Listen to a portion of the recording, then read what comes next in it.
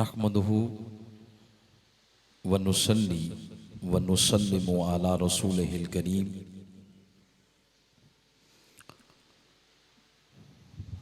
अम्मा बाद फ़ाऊज़ु बिल्लाहि मिनश शैतानिर रजीम। बिस्मिल्लाहिर रहमानिर रहीम। मुहम्मदुर रसूलुल्लाह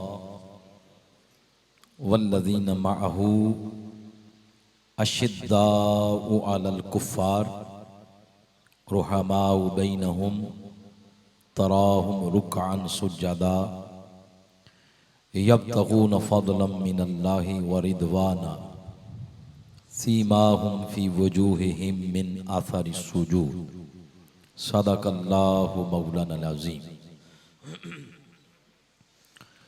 इन्नल्लाहा व मलाइकतहु युसल्लूना अलन नबी या अय्युहल्लज़ीना आमनू सल्लु अलैहि व सल्लिमू तस्लीमा। अल्लाहुम्मा सल्लि अला सय्यिदिना व मौलाना मुहम्मद व अला आलिहि व सहबिहि व बारिक व सल्लिम।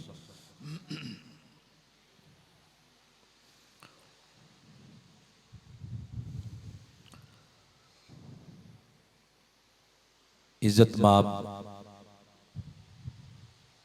मोहतरम व मुकर्रम सदर मजलिस, रौनके प्रोग्राम हज़रत ख्वाजा मियाँ मोहम्मद आरिफ साहब कलियामी चिश्ती साबरी दामत बरकातुहुमुल आलिया। जुमला मुअज़्ज़ज़ साहबजादगान,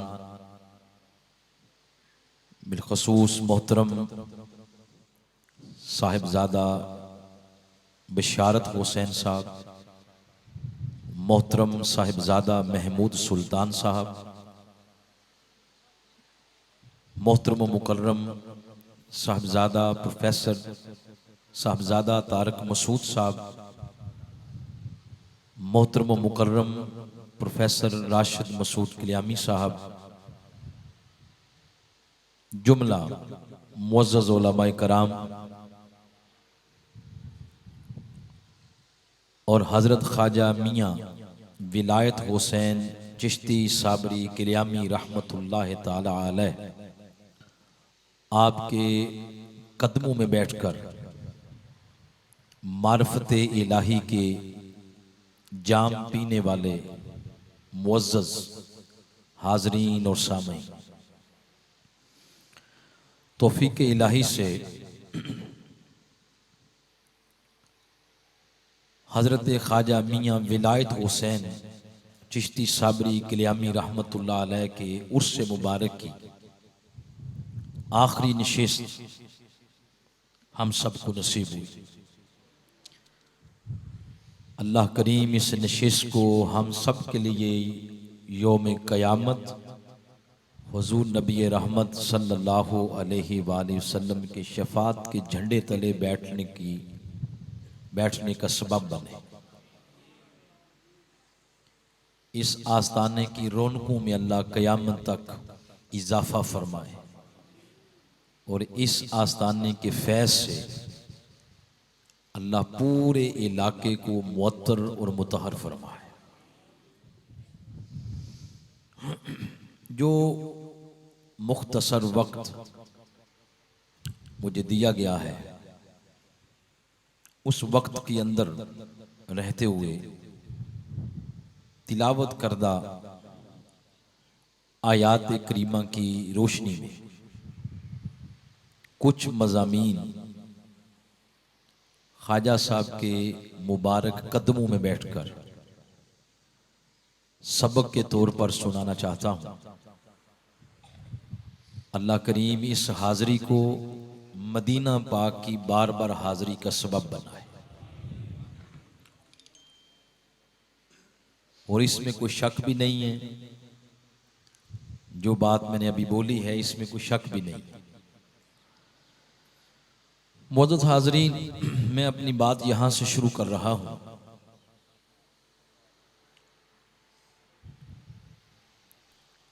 कायनात की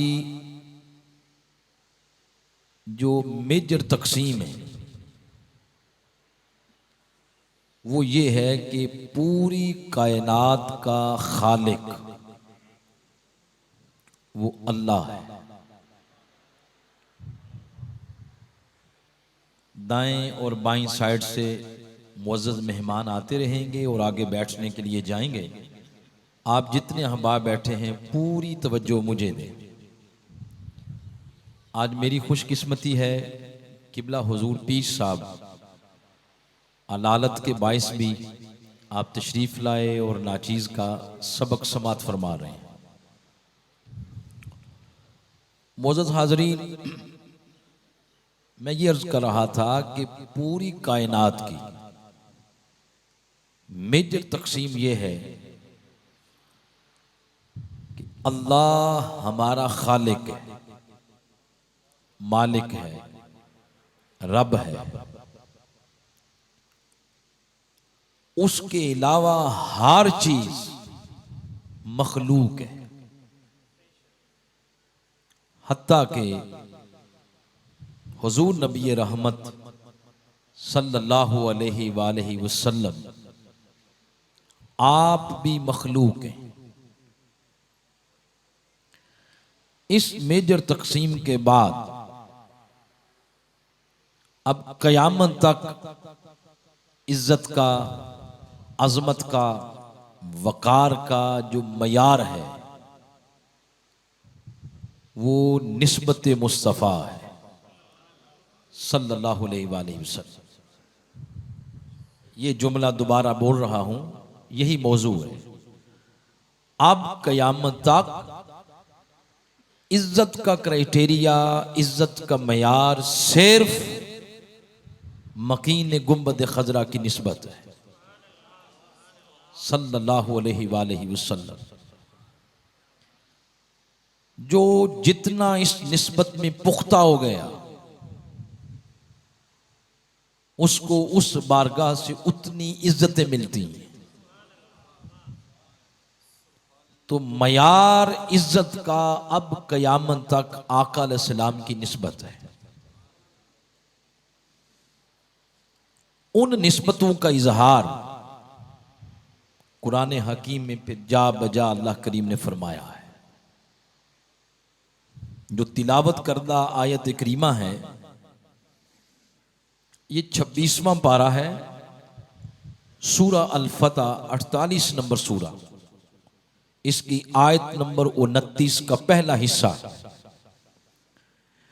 अल्लाह करीम ने इरशाद फरमाया मुहम्मद रसूलुल्लाह, मुहम्मद सल्लल्लाहु अलैहि वसल्लम अल्लाह के रसूल हैं। वल्लज़ीना माअहू, और जो लोग आप अलैहिस्सलाम की मइयत और संगत में हैं, अशिद्दाउ अलल कुफ्फार, ये उनकी सिफत बयान हुई। उनके इनकलाबी जज्बों का जिक्र किया कि बड़ी से बड़ी चट्टान के साथ टकराने से भी वो डरते नहीं। रुहमाउ बैनहुम, आपस में बड़े नर्म दिल और शफीक हैं। तराहुम रुक्का, तुम उन्हें देखोगे हर वक्त हालत रुकू में, सुज्जदा, कभी सजदे में, यब्तगून फदलम मिनल्लाहि व रिदवाना, और इसका मकसद सिर्फ अल्लाह की रजा की तलब है। सीमाहुम फी वजूहिहिम मिन अथर सुजूद, और उनके चेहरे, उनकी पेशानियां सजदों की रौनक के साथ चमकती हैं। आप अगर गौर करें, सहाबा कराम उनका जिक्र हुआ, उनकी ज़ाती सिफात, ज़ाती औसाफ बयान हुए कि काफरों पर सख्त हैं, आपस में नरम हैं, रुकू में हैं, सजदे में हैं, अल्लाह के फजल के तालिब हैं। उनकी पेशानियों पर, उनके सजदों में, उन्हें उनके चेहरों में सजदों की रौनक है। ये सारी सिफात बाद में जिक्र की। पहले ये फरमाया वल्लज़ीना माअहू, वो मेरे महबूब की सोहबत में बैठते हैं। सोहबत मुस्तफा का जिक्र पहले किया, बाकी तमाम औसाफ का जिक्र बाद में किया। और मैसेज ये दे दिया कि उनकी ये सारे औसाफ कबूल तब हैं जब ये निस्बत कायम है। अगर ये निस्बत कायम और सलामत नहीं, ना फिर नमाजें कबूल, ना सजदे कबूल, ना आहो बुकाओ जारी कबूल, ना इनकलाबी जज्बे कबूल।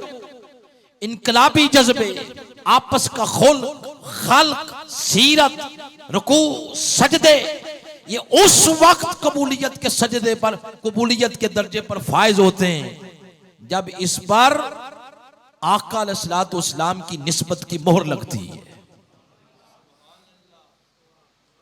तो बता ये दिया कि अब कयामत तक मयार सिर्फ इज्जत का मुस्तफा की निस्बत है।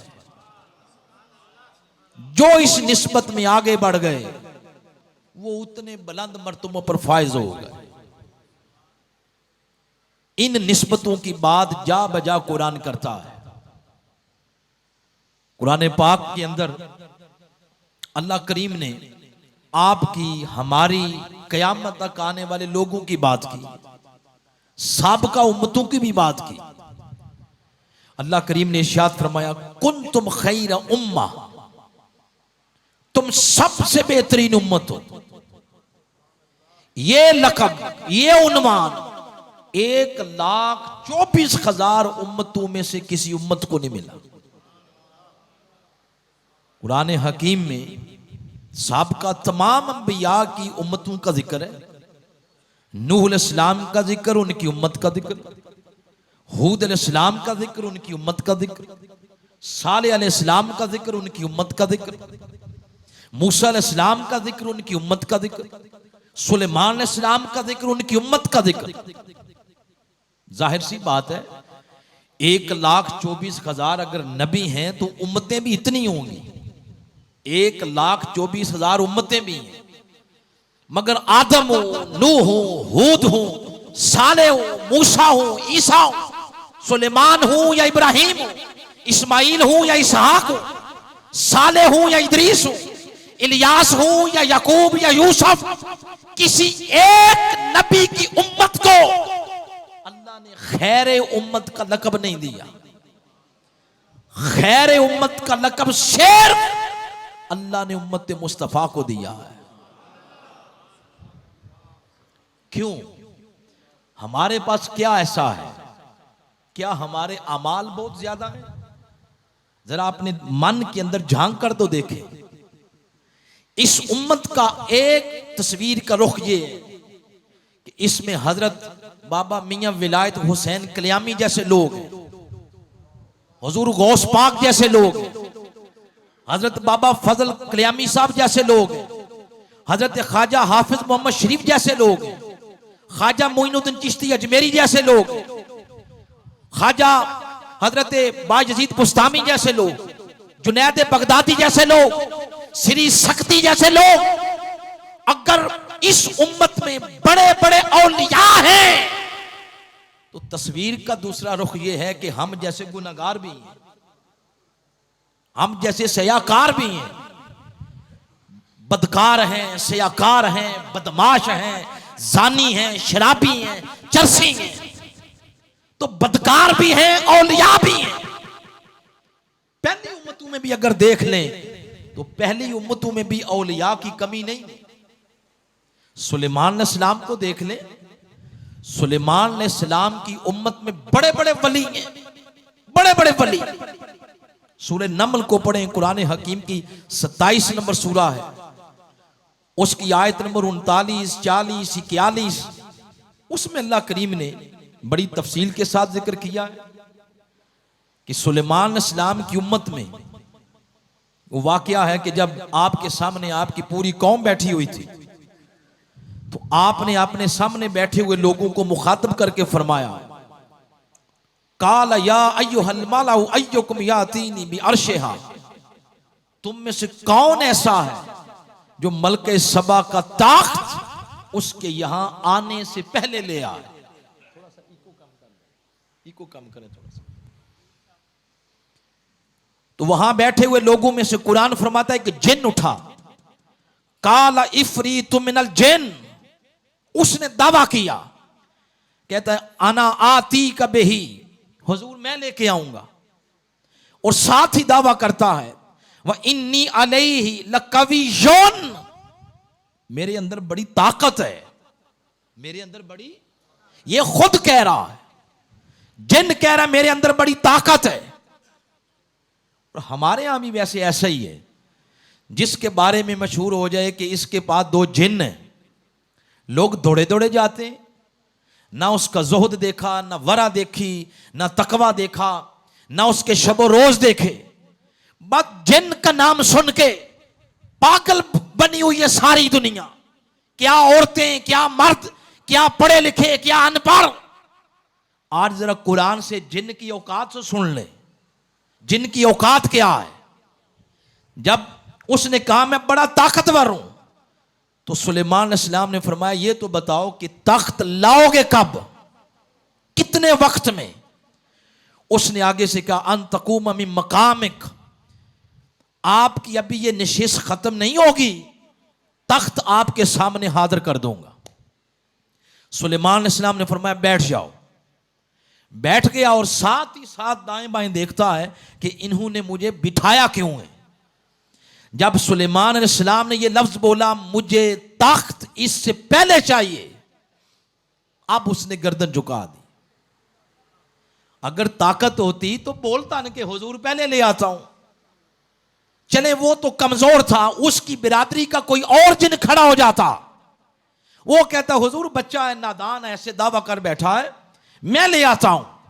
मगर कुरान फरमाता है ना वो उठा, ना उसकी बिरादरी का कोई और शख्स उठा, अब वो शख्स उठा जो सुलेमान अलैहिस्सलाम की उम्मत का एक पहुंचा हुआ वली था। वो उठा, उसने कहा हुजूर अगर हुक्म हो तो ये ड्यूटी आप मुझे सौंपें। आपने फरमाया वक्त बताओ कितना लगाओगे। जानते तो थे सुलेमान अलैहिस्सलाम, मगर उसकी आंखें खोलनी थी, वो जो दावे कर रहा था मेरे अंदर बड़ी ताकत है। तो उसने आगे से कहा कबला अन यरतद्दा इलैका तरफुक, आप अपनी पलक झपकें, आपकी पलक झपक कर अपनी जगह अभी वापस नहीं आएगी। 900 मील की मसाफत से मलका सबा का तख्त आपकी आंखों के सामने हाजिर होगा।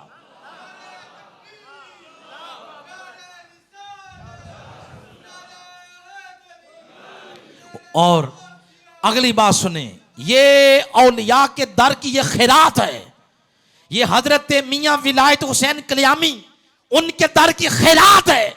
इतना कुछ करके भी उसने ये नहीं कहा कि मेरे अंदर बड़ी ताकत है, बल्कि ये अर्ज करता है हाज़ा मिन फज़ल रब्बी, ये मेरे रब का फजल है, ये है अदब।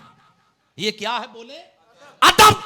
अदब मिलता ही औलिया के कदमों में बैठने की बरकत से है, ये अदब है। और क्योंकि आप सूफिया के दर के मानने वाले हैं, अदब ये है कि अदब उसका इजहार जुबान से नहीं होता, उसका इजहार बंदे की आदत से होता है। मसलन अगर कोई शेख फरमा दें खड़े हो जाओ, वो खड़ा हो जाए, थोड़ी देर बाद शेख फरमाएं क्यों खड़े हुए हो, तो अदब यह है कि आगे से यह ना कहा जाए कि हुजूर आपने फरमाया था, बल्कि यह कहा जाए हुजूर गलती हो गई। यह अदब है। तो अदब यह है कि इतना कुछ करके भी ये नहीं कहा कि मेरे अंदर बड़ी ताकत है, बल्कि क्या कहा, ये सब मेरे रब का फजल है। तो बताने का मकसद ये है कि पहली उम्मतों में भी इतने इतने बड़े वली कि पलक झपकने में 900 मील की मुसाफत से मलक सबा का तख्त ला के हाजिर कर देते थे। तो उम्मतें पहली भी ऐसी गुजरी हैं जिनमें बड़े बड़े औलिया की कमी नहीं थी। फिर आप कुरान हकीम की 18 नंबर सूरा पढ़े, बस टू दी पॉइंट वो बात करना चाह रहा हूं। सूरह अल कहफ, उसके अंदर अल्लाह करीम ने अपने बरगजीदा बंदू का जिक्र किया। बादशाह के जुल्म से तंग आ गए थे वो, तो अपने इलाके को छोड़ के दूर गारों में इबादत करने के लिए चले गए। जब वहां गए तो अल्लाह फरमाता है, फदरबना अला आज़ानिहिम फिल कहफ सिनीना अददा, उनको हमने प्यार से थपकी देके गार के अंदर मौत की नींद सुला दिया। आगे फिर उनके औसाफ बयान हुए। उनकी खातिर अल्लाह चढ़ते और गुरूब होते सूरज की रफ्तार, उसकी समत को बदल देता, ताकि सूरज की किरणों से कब्र के अंदर लेटे हुए औलिया की नींद में खलल वाक़या ना हो। ऐसे ऐसे औलिया हैं। और हजरत इमाम सयूती वो लिखते हैं रहमतुल्लाह ताला अलैह, ऐसे ऐसे वली गुजरे हैं 500 साल एक ही जगह बैठ के अल्लाह की इबादत करते थे। ये पहली उम्मतों की बात हो रही है, पहली उम्मतों की बात। और फिर इमाम सयूती लिखते हैं, और फिर ये बुखारी में है, मुस्लिम में है, आपने ये हदीस सुनी हुई है कि बनी इसराइल का वो शख्स जिसने 99 कत्ल किए थे। बोले कितने? 99 कत्ल। उसके ज़हन में आया कि 99 कत्ल कर लिए हैं, मरना भी तो है, तो चले तौबा करते हैं। किसी आलम दीन के पास चला गया और जाकर अर्ज किया कि मेरी तौबा हो जाएगी। आगे से नफी में जवाब आया कि जालिम 99 लोगों की जान लेके तौबा की बात करते हो। वो बंदा वैसे ही गुस्से में रहता था हर वक्त। उसने कहा चलें तौबा तो वैसे नहीं होनी, तो ये कलक ना रहे दिल में कि मेरी सेंचुरी मुकम्मल नहीं हुई। उसको भी मार दिया। फिर ज़हन में यह ख्याल आया, नहीं वो करीम है, मुआफ़ करने वाला है, हो सकता है मुआफ़ कर दे। अब वो किसी अल्लाह वाले के पास चला गया। अल्लाह वाले ने कहा तौबा हो जाएगी, मगर शर्त यह है, वो जालिम उस माहौल को तो छोड़ जिस माहौल की वजह से तू गुनाह करता है। तो उसने कहा मैं करूं क्या? कहा इस माहौल को छोड़, फुलां बस्ती में चला जा, चंद वहां अल्लाह के वली मस्त अलस्त बैठ के अल्लाह का जिक्र करते हैं, उतर जा। उनकी सोबत की बरकत से तेरे 100 कत्ल के गुनाह अल्लाह मुआफ फरमा देगा। तो अभी वो गया नहीं, अभी रास्ते में था, मौत आ गई, अल्लाह ने बख्श दिया। पता ये चला ऐसे ऐसे वली भी हैं जिनकी सोबत की सिर्फ नियत करके बंदा घर से निकले, अभी उस मजलिस में पहुंचता नहीं, रब उसके गुनाहों पर मुआफी का कलम फेर देता है। ऐसे ऐसे वली भी हैं। उर्से पाक की मजलिस में आप आते हैं, यही नियत लेके आया करें। चले वो भी चीजें बजा हैं, दुनियादारी भी साथ चलानी है। आके दुआ करें, साहब मिजार की बारगाह में आप नजर करम करें, मेरा फुलां काम हो जाए, मेरा फुलां हो जाए, ये भी दुरुस्त। मगर ये नियत पाल के आए कि साहब मिजार के पास जा रहे हैं, अल्लाह उस तेरे बंदे ने रातें तेरे लिए जागा, दिन तेरे लिए वक्फ किए, उसके रातों के सजदों की बरकत से हम जैसे निकम्मों के गुनाह माफ फरमा। यह नियत लेके आए। तो बताने का मकसद यह है, ऐसे ऐसे वली गुजरे हैं जिनकी नशिस्त की नीयत से अगर कोई घर से निकलता था तो अल्लाह उनके गुनाह माफ फरमा देता था। तो आप देखें, साबका उम्मतों में भी औलिया की कमी नहीं और इस उम्मत में गुनाहगारों की कमी नहीं। लेकिन बड़े बड़े वली गुजरे, आसिफ बिन बरखिया जैसे, उनकी मौजूदगी की वजह से किसी उम्मत को अल्लाह पाक ने खैर उम्म नहीं कहा। खैर उम्म सिर्फ इस उम्मत को कहा। क्यों? फरमाया इसलिए ए मेरे महबूब के गुलामों, तुम्हारे अमाल नहीं तकता, तुम्हारी नमाजें नहीं तकता, तुम्हारे रोजे, हज, ज़कात, उम्रे वो नहीं तकता, मैं सिर्फ निस्बत यार को देखता हूं। तुम्हारी निस्बत मुस्तफा की निस्बत है। बस जिसको ये निस्बत मिल गई, 1,24,000 उम्मतों में से खैर उम्म का लक़ब सिर्फ उस उम्मत को मिला जो उम्मत मुस्तफा थे। तो आप देखें, जिनको सोबत की निस्बत मिली वो असहाब बन गए, और जिनको उम्मत की निस्बत मिली वो हुजूर के उम्मती हो गए। तो इज्जत का मयार निस्बत मुस्तफा है। बोले जरा, इज्जत का मयार बोले निस्बत मुस्तफा है। फिर सूरा अहज़ाब को पढ़ें। सूरा अहज़ाब कुरान हकीम की 33 नंबर सूरा है और इसकी आयत नंबर 32 इसी निस्बत की बात की। फरमाया या निसा अन्नबिज, ए नबी की बीवियों, ए अज़वाजे पैगंबर, लास्तुन्ना का अहदम मिनन निसा। फरमाया तुम औरतों में से किसी एक की भी मिसल नहीं हो। दुनिया की कोई औरत, बड़ी से बड़ी आबिदा, जाहिदा, परहेजगार, ए नबी की बीवियों, तुम्हारे कदमों के साथ लगने वाली मट्टी का मुकाबला नहीं कर सकती। क्यों? निस्बत आ गई। या निसा अन्नबिश, ए नबी की बीवियों। इस निस्बत ने उन्हें कहां से उठाया और कहां तक पहुंचा दिया, निस्बत रसूल की वजह से। अब इससे थोड़ा सा अंदाजा लगाएं कि जिस औरत को हजूर सलाम की ज़ौजियत की निस्बत मिल जाए, अरे कोई उसकी मिसलियत का दावा नहीं कर सकता, तो मेरे आका इस्लाम की मिसलियत का दावा कौन कर सकता है? तो फरमाया ए नबी की बीवियों, कोई औरत तुम्हारी तरह नहीं है, तुम्हारी बराबरी हम शरीकत दावा नहीं कर सकती, इसलिए कि तुम्हें मेरे महबूब की ज़ौजियत की निस्बत मिली है। फिर आप आगे पढ़ते चले जाएं। कुरान पाक में 3 शहरों के नाम हैं, एक मक्का पाक, एक मदीना पाक, एक बाबल। 3 शहरों के नाम हैं, मगर किसी शहर की अल्लाह ने कसम नहीं खाई, यानी बाबल की कसम नहीं खाई। कसम खाई तो मक्का की। बारी तला क्यों? फरमाया वो पढ़ लो, तुम्हें पता चल जाएगा मैंने कसम क्यों खाई है। कुरान हकीम की 90 नंबर सूरा है, पहली इसकी आयतें। फरमाया ला उक़सिमु बिहाज़ल बलद, इस शहर मक्का की कसम। मौला क्यों? फरमाया व अंत हिल्लुम बिहाज़ल बलद, कसम सिर्फ इस वजह से है कि वो मेरे महबूब का शहर है। तो हुजूर की निस्बत की वजह से वो लाए के कसम हो गया।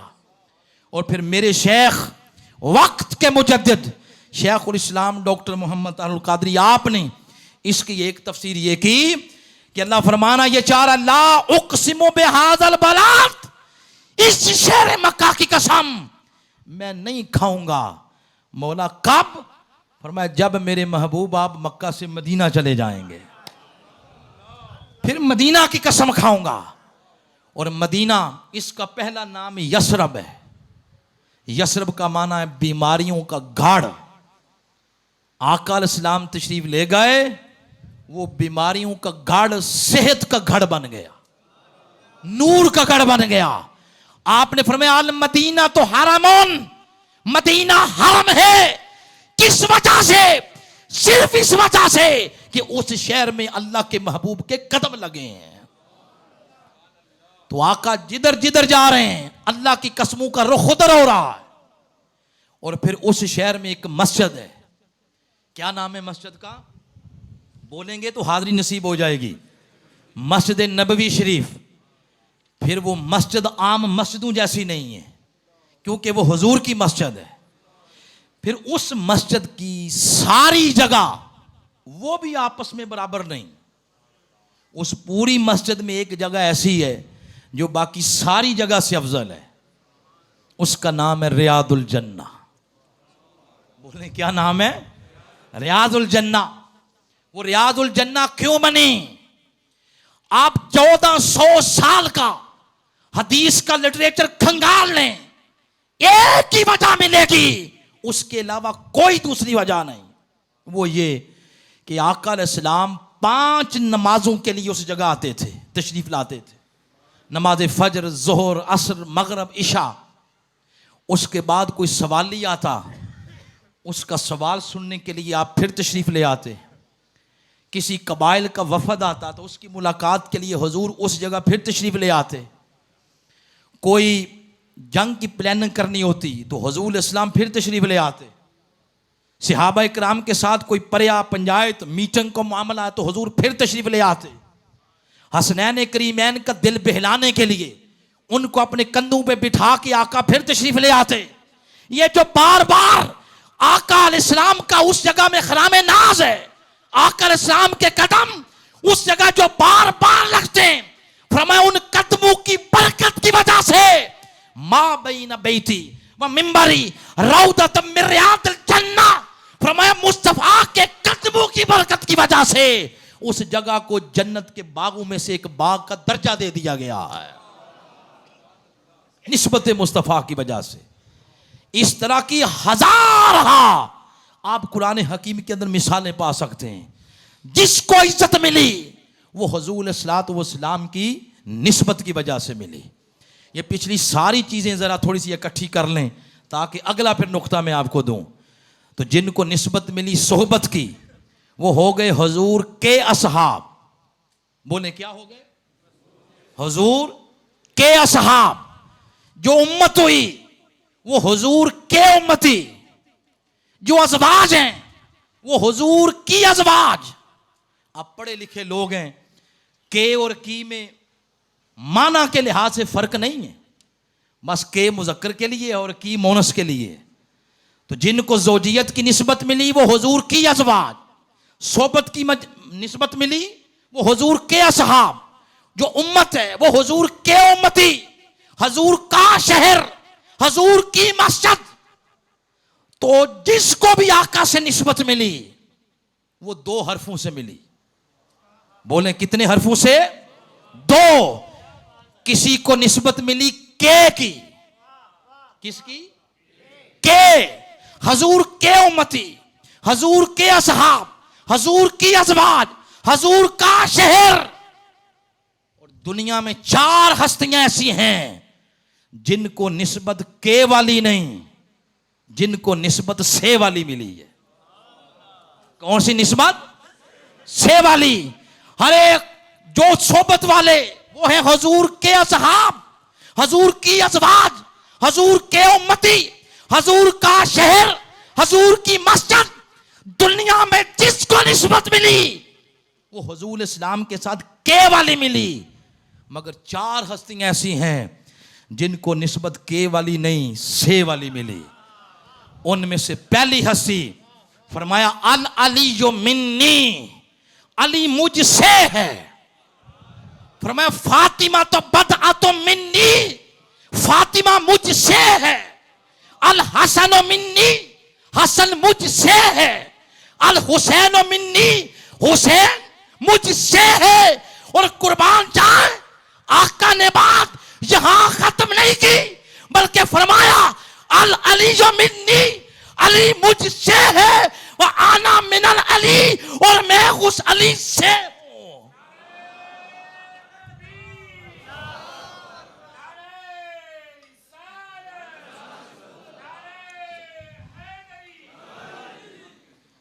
मैं अर्ज ये करना चाह रहा हूं, जिसको निस्बत मिली वो के वाली मिली।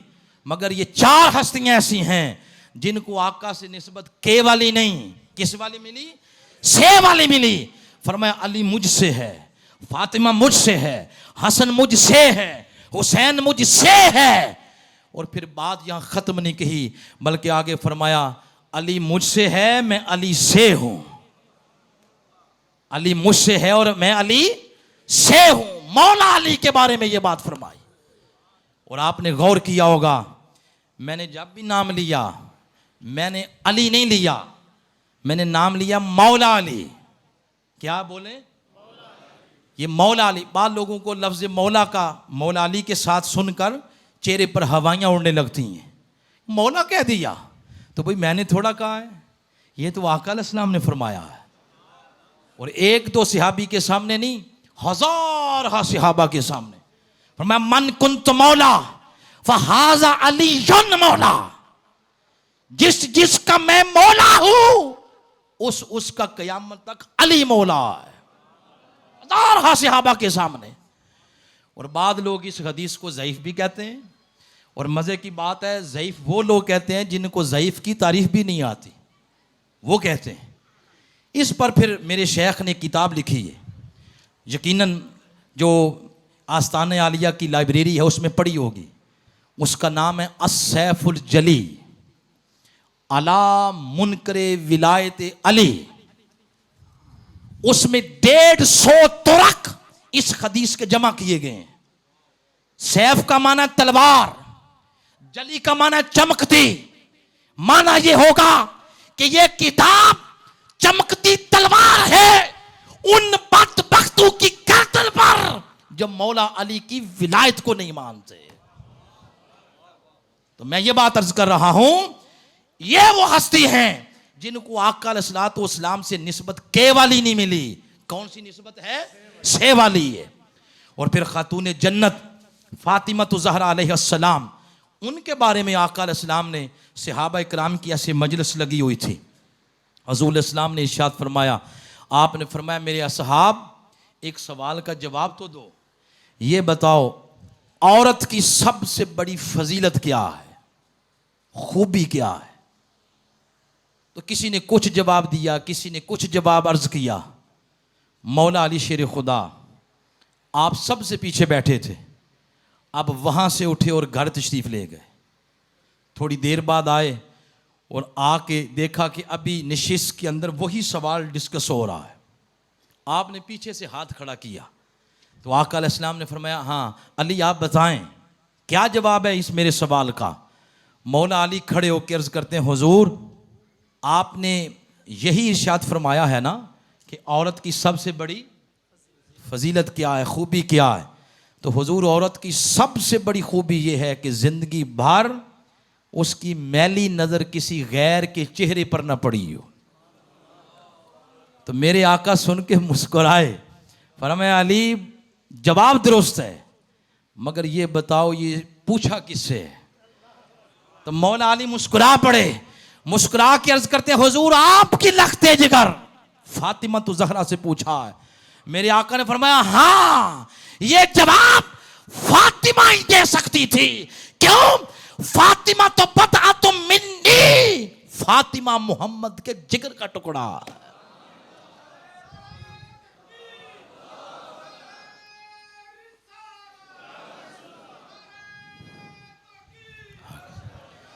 और वहां पर जो लफ्ज इस्तेमाल किया वो है मिन्नी, मुझसे है। आप सारे सेहतमंद दिमाग रखने वाले लोग बैठे हैं, आप सोचते होंगे कि बेटियां तो हमारी भी हैं और हमारी बेटियां भी हमारे जिगर का टुकड़ा हैं। और अगर आका अलैहिस्सलाम ने अपनी बेटी के बारे में फरमा दिया कि फातिमा मेरे जिगर का टुकड़ा है, तो फ़र्क क्या हो गया? हमारी बेटियां भी हमारे जिगर का टुकड़ा हैं। थोड़ा सा गौर करें, ये जो आका अलैहिस्सलाम ने फरमाया फातिमा तो बदअतुन, ये लफ्ज़ बोलें ज़रा, बदअतुन, ये जो लफ्ज़ है ये बड़ा ख़ास है। ये गिनती के जितने आदाद हैं 3, 4, 5, 6, 8, 9, ये उन आदाद के लिए इस्तेमाल होता है। सूरह रूम के अंदर ये लफ्ज़ 7 के लिए आया है। बात थोड़ी मुश्किल हो जाएगी, आप इधर देखें, सिंपल सादा तरीका। ये कितने हैं? इसको बराबर बराबर 2 यूनिट्स में तकसीम करें, 5 इधर हो गए, 5 इधर हो गए। हमने बनाना है बदअतुन यानी 7। इधर से कितने निकालेंगे और इधर शामिल करें कि ये 7 बन जाए? 2। ये कितने हो गए? पीछे कितने रह गए? 3 नहीं है, सिर्फ 3 है। 3 और सिर्फ 3 में फर्क है, सिर्फ 3। इधर कितने रह गए? 7। ये हो गया बदअतुन। आका फरमाना ये चाहते हैं, फातिमा तो बदअतुन मिन्नी, मोहम्मद की 7 गुना जान फातिमा के वजूद के अंदर है। लिहाजा खबरदार कोई मेरी फातिमा का दिल दुखाए, खबरदार कोई फातिमा का दिल दुखाए। अरे फातिमा का दिल दुखे, हुजूर का दिल दुखता है।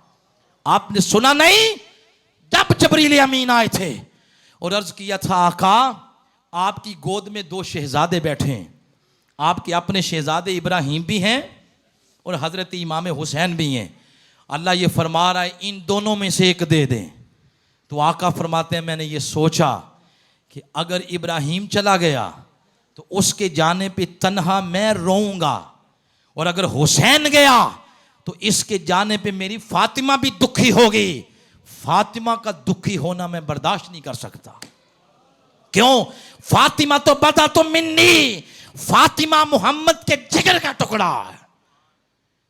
ए फातिमा तो ज़हरा, ए खतूने जन्नत, हम आपकी उम्मत के एक पहुंचे वली के कदमों में बैठ के आपसे मुआफी मांगते हैं।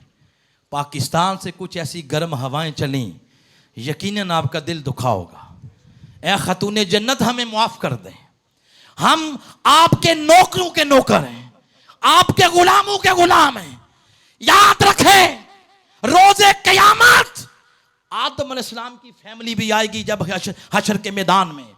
नूह अलैहिस्सलाम की फैमिली, दाऊद अलैहिस्सलाम की फैमिली, यूसुफ अलैहिस्सलाम की फैमिली, याकूब अलैहिस्सलाम की फैमिली, एक एक नबी की फैमिली जब आएगी, किसी एक फैमिली को प्रोटोकॉल नहीं दिया जाएगा। लेकिन जब ऐलान होगा कि मुस्तफा की शहजादी मैदान हशर में कदम रखने लगी है, एक ऐलान होगा, लोगों नक्के सुरवाऊ सा काम, गद्दू अब सारा काम, अपने सर झुका लो, नजरें झुका लो। मौला कब तक?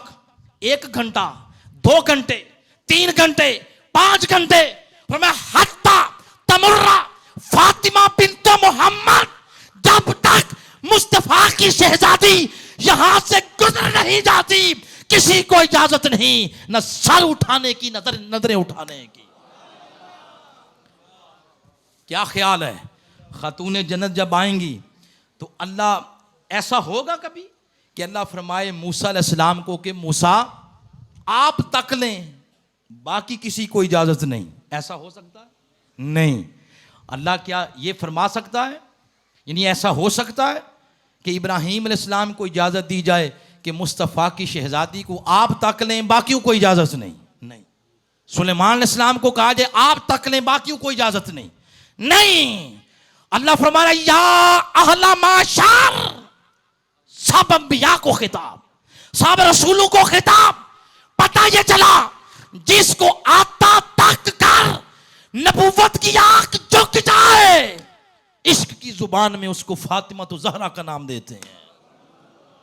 क्यों? फातिमा तो बदा तो मिन्नी, फातिमा मोहम्मद के जिगर का टुकड़ा है। बात आखिरी। और फिर हसनैन करीमैन के बारे में फरमाया अल हसन मिन्नी व आना मिन अल हसन, अल हुसैन मिन्नी व आना मिन अल हुसैन। हसन मुझसे है, मैं हसन से हूं, हुसैन मुझसे है और मैं हुसैन से हूं।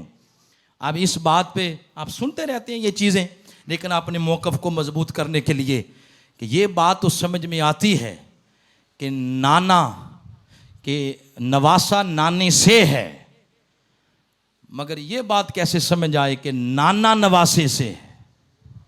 इस पर मेरे शेख का खिताब है कुछ 3.5 घंटे का, बड़ी डिटेल के साथ उन्होंने इसमें बात की है। उसमें से एक जुमला वो ये कि विलादत से लेकर करबला तक मुस्तफ़ा ना इमाम हुसैन नाना से हैं। विलादत से लेकर करबला तक हुसैन मुस्तफ़ा से हैं, और फिर करबला से लेकर कयामत तक मुस्तफ़ा हुसैन से हैं। मतलब क्या? मतलब ये कि अगर हुसैन ना होते तो आज आका का नाम हम तक कैसे पहुंचता? हुसैन ना होते तो आज इस्लाम का नाम, इस्लाम का पैगाम हम तक कैसे पहुंचता? ये हुसैन के खून की बरकत थी कि आज इस्लाम जैसी अजीम नेमत हमारे पास है। तो इसलिए फरमाया विलादत से लेकर करबला तक हुसैन मुस्तफ़ा से हैं और करबला से क़यामत तक मुस्तफ़ा हुसैन से हैं। फिर आका अलैहिस्सलाम ने फरमाया, आखिरी बातें जहां गुफ्तगू ख़त्म कर रहा हूं, आका अलैहिस्सलाम ने इनके बारे में फिर इरशाद फरमाया, सुनो मोहब्बत अहले बैती सफीनतु नूह, मेरी अहले बैत की जो मोहब्बत है ये नूह अलैहिस्सलाम की कश्ती की मानंद है। मन राकिब फीहा कद नजा, जो इसमें बैठेगा वो बच जाएगा। मन तखल्लफ अन्हा, जो इससे पीछे रह गया, कद गारे का वो गर्क हो जाएगा। लोगों, आका के इस फरमान का नक्श अव्वल वो सहाबा कराम है, और सहाबा कराम में से नक्श अव्वल अहले बैत अतहार की मोहब्बत का वो हजरत सैयदना सिद्दीक़ अकबर की जात है। इसलिए मज़ारात को मानने वालों, सूफिया के दामन से वाबस्ता होने वालों, अपने अपने मुर्शिद की तालीमात को अपनी जिंदगी का हिस्सा बनाने वालों, तुम अहले सुन्नत हो। क्या मैंने लफ्ज बोला? तुम अहले सुन्नत हो। तुम अली के जिक्र के वारिस हो, तुम जिक्र हुसैन के वारिस हो, तुम जिक्र फातिमा के वारिस हो, तुम जिक्र ज़ैनब के वारिस हो, तुम करबला की यातू के वारिस हो। अगर करबला की यातू के वारिस तुम हो तो जिक्र सदीक़ अकबर के भी वारिस तुम हो, औलिया के जिक्र के वारिस भी तुम हो। लिहाजा वरासत को संभालो। वरासत में जानवर उस वक्त मुंह मारते हैं जब वरासत के वारिस वो गाफिल हो जाएं, वो दुनिया के गोरख धंधों में गुम हो जाएं। आपकी वरासत, उसमें जानवर मुंह मार रहे हैं। आओ जानवरों को भगाओ और अपनी विरासत के वारिस बनो। यही विरासत दुनिया में, कब्र में, हशर में कामयाबी का जरिया बनेंगे। औलिया कराम के दामन के साथ वाबस्ता होते हुए आज की बारगाह में दुआ, आज के इस नशिस्त में अल्लाह की बारगाह में दुआ है कि अल्लाह अपने महबूब और आपके असहाब और आपकी अहले बैत अतहार और आपके औलिया, अल्लाह उनका अदब भी अता फरमाए। अल्लाह उनकी तालीमात को ज़िंदगी का हिस्सा बनाने की तौफीक अता फरमाए। हमेशा सच बोलें, ये औलिया का तुर्रे इम्तियाज़ है। हलाल खाएं, ये औलिया का तुर्रे इम्तियाज़ है। अपनी पेशानियों को कभी सजदों की रौनक से वीरान ना होने दें, ये औलिया का तुर्रे इम्तियाज़ है। ये वो चीज़ें हैं जो औलिया को अल्लाह के इतना करीब कर गई कि आज किसी वली को गुजरे 1 सदी हो गई, किसी को 2 सदियां, किसी को 10 सदियां, आज भी किसी वली के मिज़ार पे जाएं, अल्लाह की कसम कब्रों पे जाएं, देखते हुए कब्रें डर लगता है। औलिया की कब्र की ज़ियारत करें, डर नहीं लगता, बल्कि अल्लाह की कुर्बत का एहसास होता है, क्योंकि ये जिंदगी इतनी प्यारी गुजार गए। अब क्योंकि वक्त के दामन में इतनी और गुंजाइश नहीं है कि कुछ और बातें अर्ज की जाएं, इन्हीं बातों पर मैं इक्तिफा करता हूं। अगर जिंदगी रही मेरी और आपकी तो इंशाअल्लाह 12 रबीउल अव्वल को आपसे दोबारा मुलाकात होगी।